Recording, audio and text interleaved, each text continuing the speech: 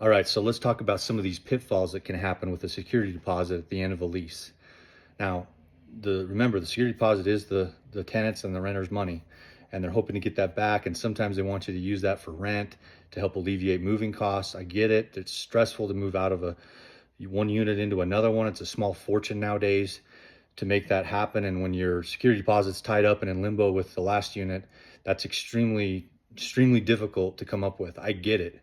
So as a landlord, though, you need to understand, and as a renter, you need to understand together that what that's for and how that's supposed to work. And so I hope this video, you'll find this helpful as a reminder, whether you're on the landlord side of the table or the tenant side of the table. But in my leases, the security deposit is used for any unpaid rent, any damages or repairs that are needed, and any additional cleaning that you weren't able to get to, so that I can immediately return the unit to its original condition that it was provided to you and put somebody else in there to move in right away. So if you do that, I'm going to refund the money completely to you. And if you don't, then in Arizona, I have 14 days to give you a breakdown of what I withheld and why. So just understand, if you ask me to use it for other reasons, I'm not necessarily a bad guy. I'm not trying to be rude. I'm not trying to not do you a favor. But when we stray outside of the lease and not abide by its terms, that's for yours and for both of ours protection.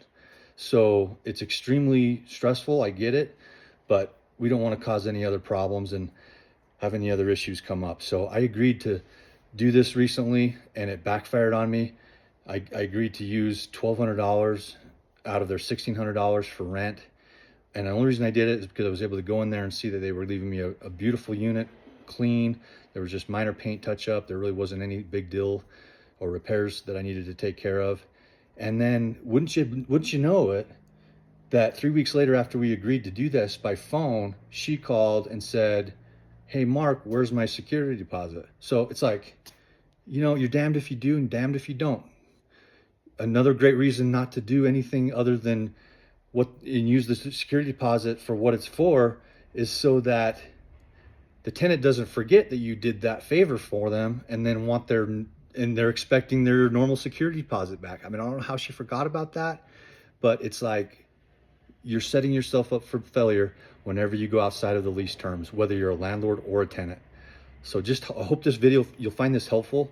I didn't talk about all the pitfalls that can happen with security deposits in this one video today, but I just wanted to share this recent experience and just remind everyone out there what it's for and what it's not for, and how we can work together as landlords and tenants out there to ensure a peaceful and meaningful transition when you move out and into another unit. So I hope you'll like, comment, and subscribe.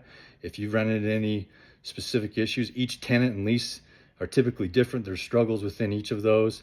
And some tenants obviously are easier than others. Some landlords are more qualified and they understand their leases better. So I get some of the struggles on the tenant side and renter side of things too.